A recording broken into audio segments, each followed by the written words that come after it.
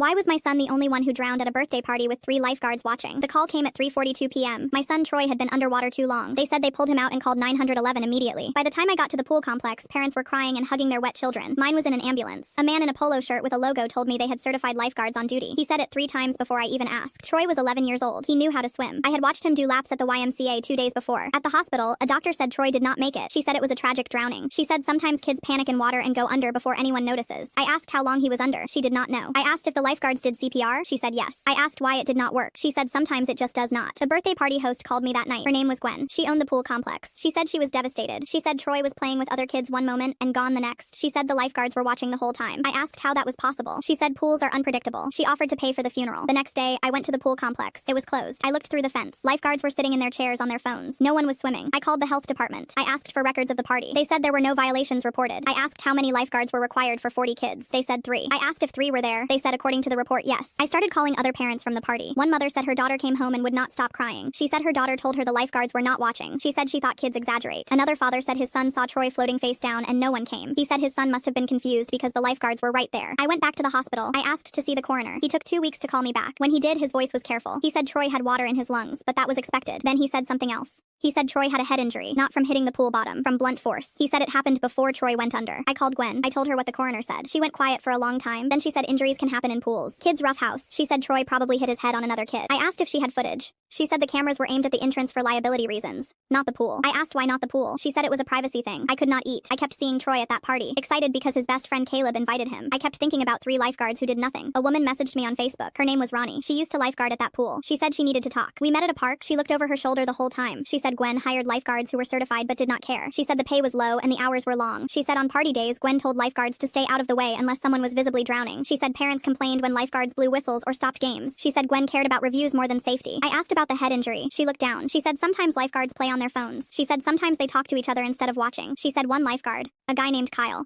had a temper. She said he once shoved a kid who splashed him. She said Gwen saw it and did nothing. I asked if Kyle worked the day Troy died. She nodded. She said all 3 lifeguards that day had been written up before. She said Gwen kept them because they worked cheap. I asked why she did not say anything sooner. She said she was scared. Then she handed me a folder. Inside were incident reports Gwen never filed. Kids who nearly drowned. Kids with injuries. Parents who were told it was just part of swimming. I went to the police that day. They listened this time. They pulled records. They found Kyle had a history. They found 2 other kids who said Kyle pushed Troy during the party. They found texts between Gwen and the lifeguards telling them to delete any footage from their phones. Kyle was arrested. The other 2 lifeguards were charged with criminal negligence. Gwen was charged with evidence tampering and operating an unsafe facility. The pool complex was shut down permanently. They said my son did not drown by accident.